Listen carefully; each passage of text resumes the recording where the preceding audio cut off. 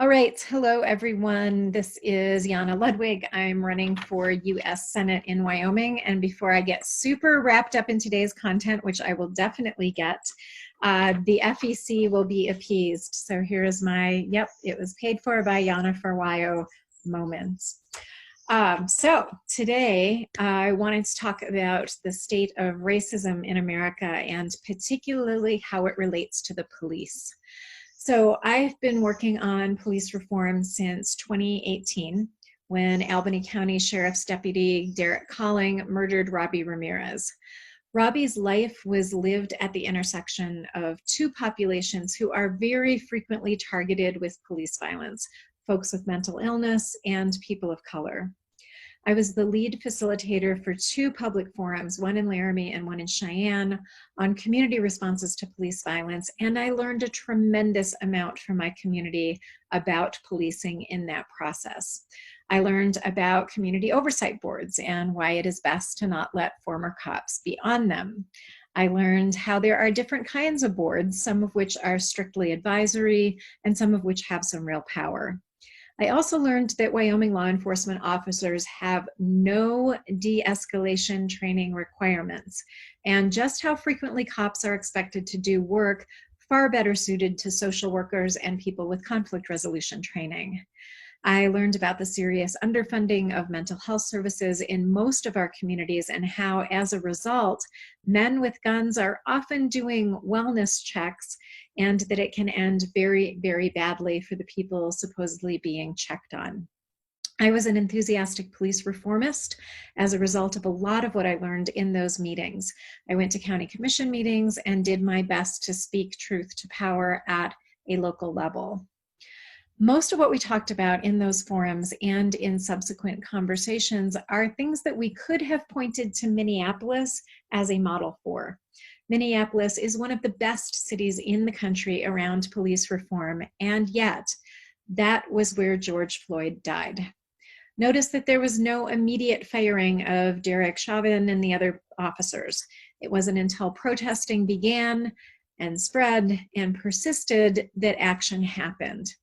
That initial lack of action was frustratingly familiar to me after studying policing for a year and a half and listening to many families of many people who have died at the hands of the police.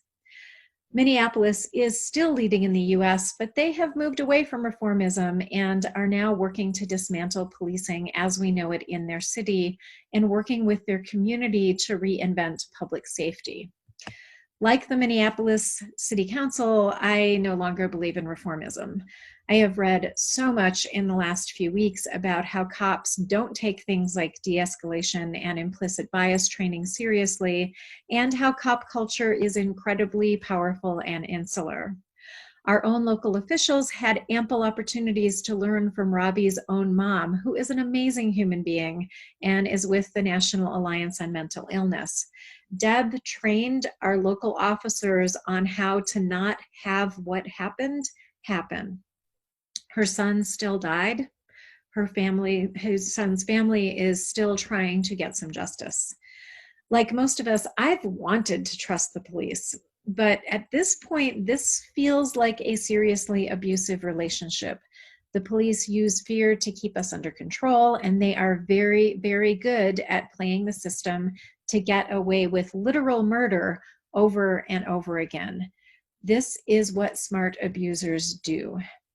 Meanwhile, your average police officer makes just one or maybe two felony arrests a year. For the amount we are paying and the amount of terror that they are creating in our communities, the reality is they are not actually protecting us from very much. And roughly 40% of police officers are themselves domestic abusers. 30 states still allow cops to sexually assault people in their custody, and white supremacist groups have been deliberately infiltrating law enforcement agencies for years. This is a culture problem, and it is a systemic power problem. Our small town of about 32,000 people has 47 Laramie Police Department cops on the streets, and the LPD budget is over $8.1 million. The University of Wyoming has an additional 15 officers and 5 security guards. The Albany County Sheriff's Department has 46 more officers. That is a total of over 110 cops who have policing authority in my small town. Is this really what we need? I watched the Laramie PD recruitment video this morning and it made me physically ill. It is set to Carrie Underwood's song, I Am the Champion, and it is all about winning battles and being tough, and it's clearly meant to appeal to people with a combination of glory-seeking and fantasies about vanquishing enemies. The people are not their enemies, and we are not threats to be eliminated. But it feels increasingly true that the cops are the enemies of the people. Watching footage from around the country where cops in many places clearly don't care that they're being filmed, beating protesters, tear gassing protesters, killing people on the sidewalk, knowing full well that the practice of qualified immunity will protect them from any personal consequences. All of this has pushed me quickly from a reformist to an abolitionist. We are enabling our abusers and we are paying them to abuse and terrorize us. This is not about bad apples. This is about a culture that LPD recruitment video is clearly a part of. And LPD is far better than our local sheriff's department. If a good department is steeped in this culture, I don't have much hope left of anything but a purge and reboot improving things. LPD just charged a Laramie protester whose bike was run over by white supremacists in a truck with vandalism because he touched the truck. That's not bad apples. That is policy being used to give a clear message that we better start behaving or we will suffer the consequences, rather than the people pulling guns on protesters, which is under investigation, they tell us, so stay tuned.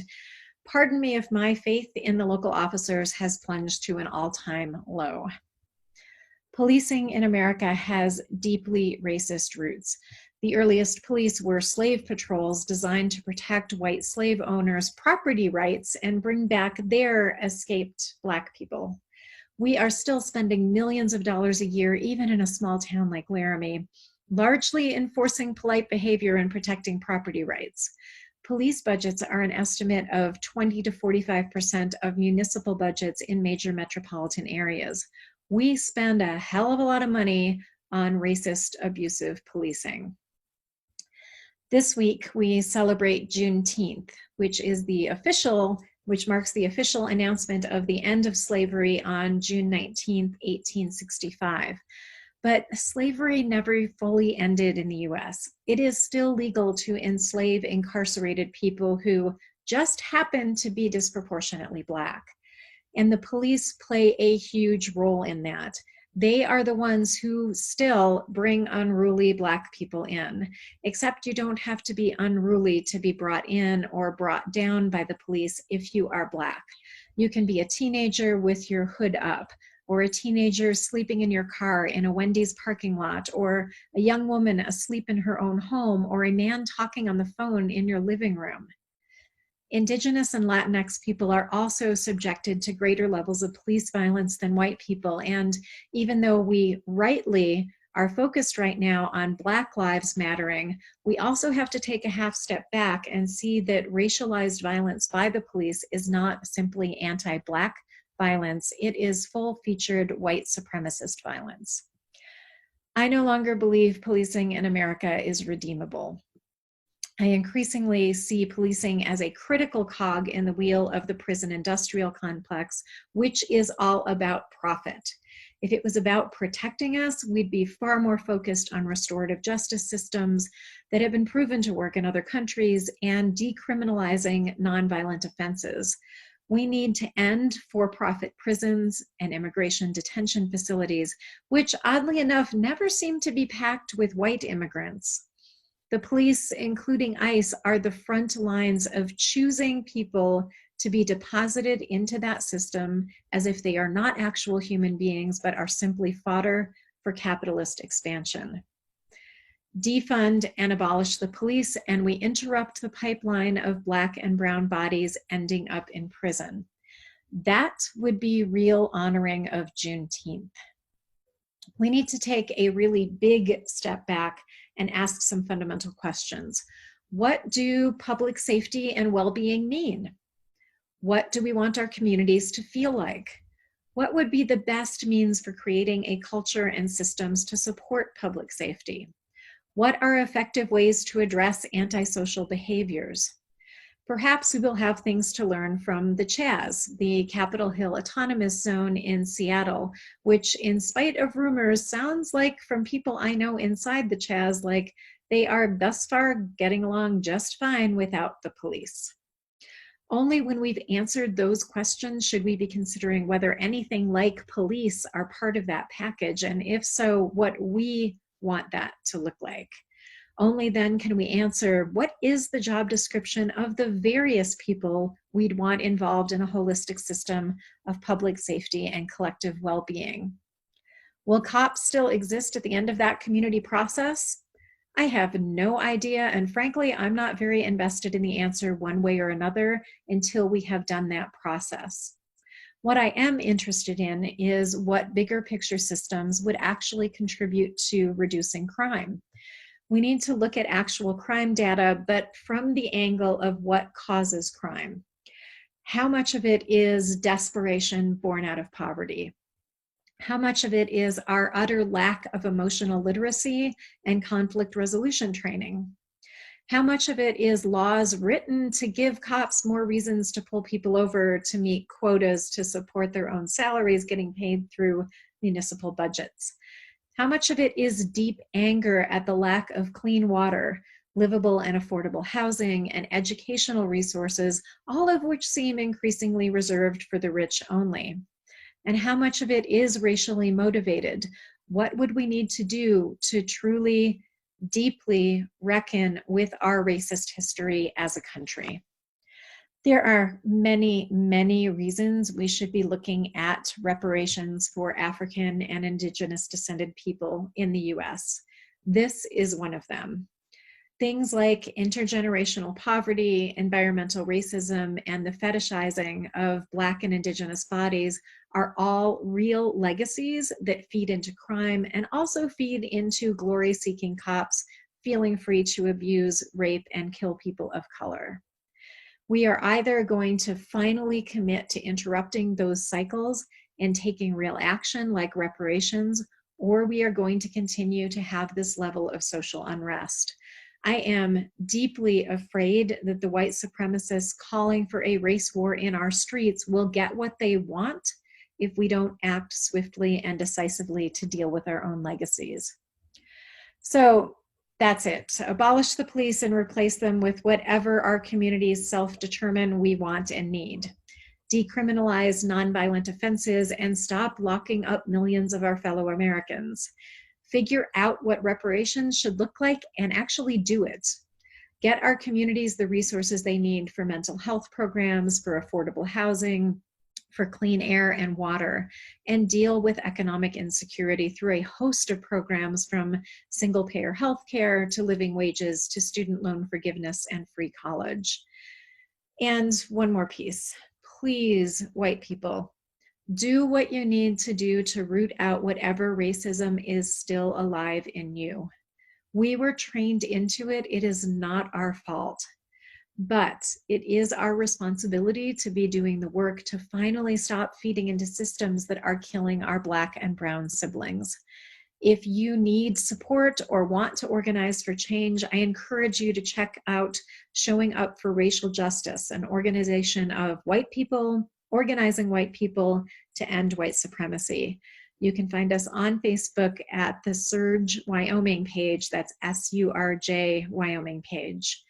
Or get a few of the 10 books currently topping the New York Times bestsellers list about racism, most of which are written by people of color, and start educating yourself. Or volunteer and give to organizations led by people of color.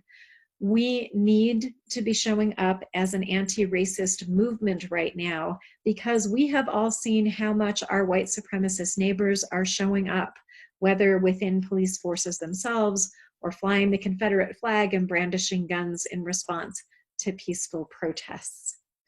Thanks. All right. That was a lot of words this time. I had a lot to say. So hi, Glenn. Hi, Anna. Thank you so much for that. Absolutely. I think reform has been tried over decades and decades, and it's clear that it doesn't work. I think abolition is the common sense first step to changing something that's fundamentally broken. I just wanted to point out and basically ask your opinion on the Democratic leadership, their response to this, because very frustratingly, the vast majority of senior Democrats have said that they are quite openly against defunding and abolishing police, Right.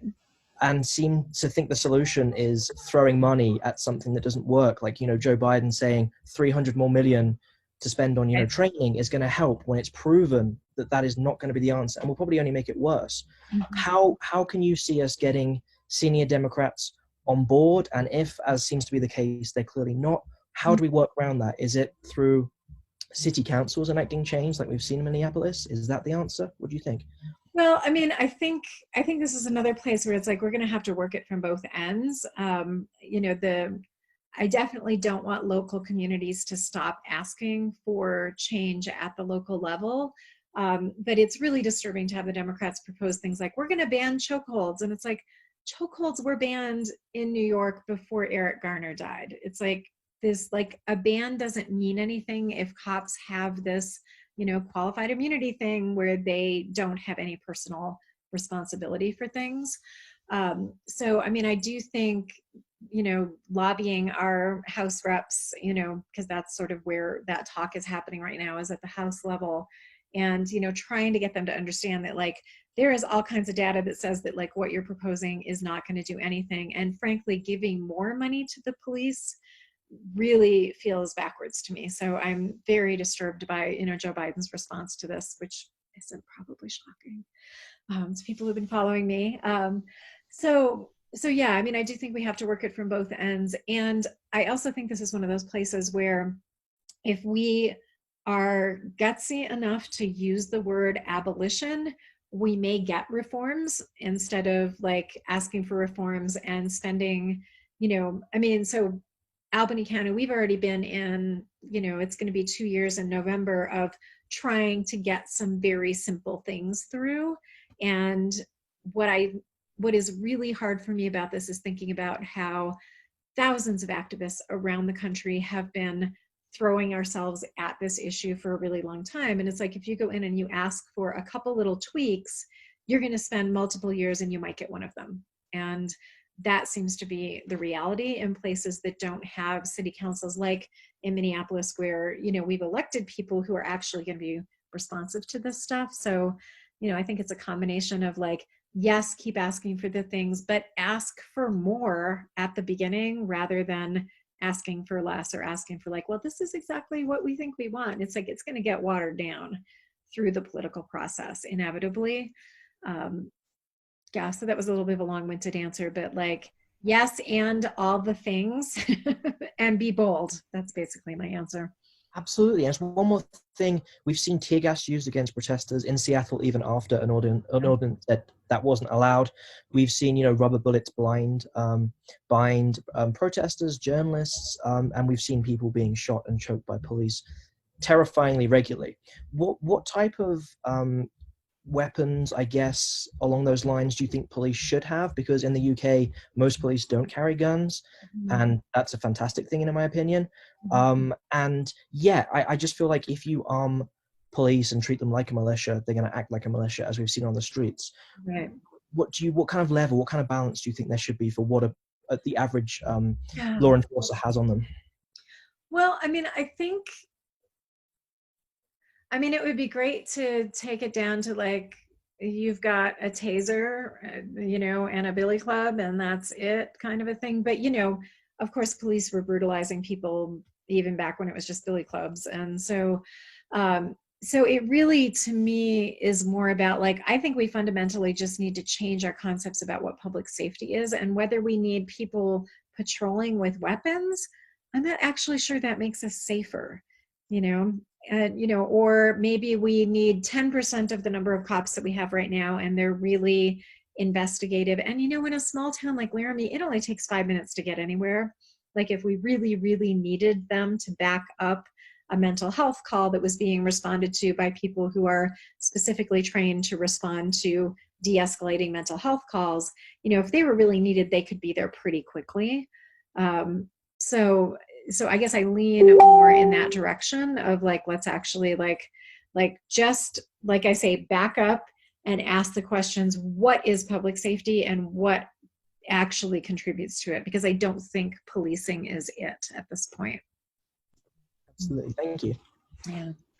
Yeah. All right. Well, thanks for being with me again for our usual Sunday. I appreciate it. And so we're going to have with us this Thursday, Lynette Grable is going to be with me on my Thursday session. And next Sunday, Glenn will be here, but I won't, because we're going to have another session from the Honor for WYO Youth Caucus. And thank you, y'all, for pitch hitting for me for next week. So thanks, everybody. Put lots of comments in. Let's have some really robust conversation about policing, yes, no, how not, in the comments this time. Thanks, everybody. Bye-bye.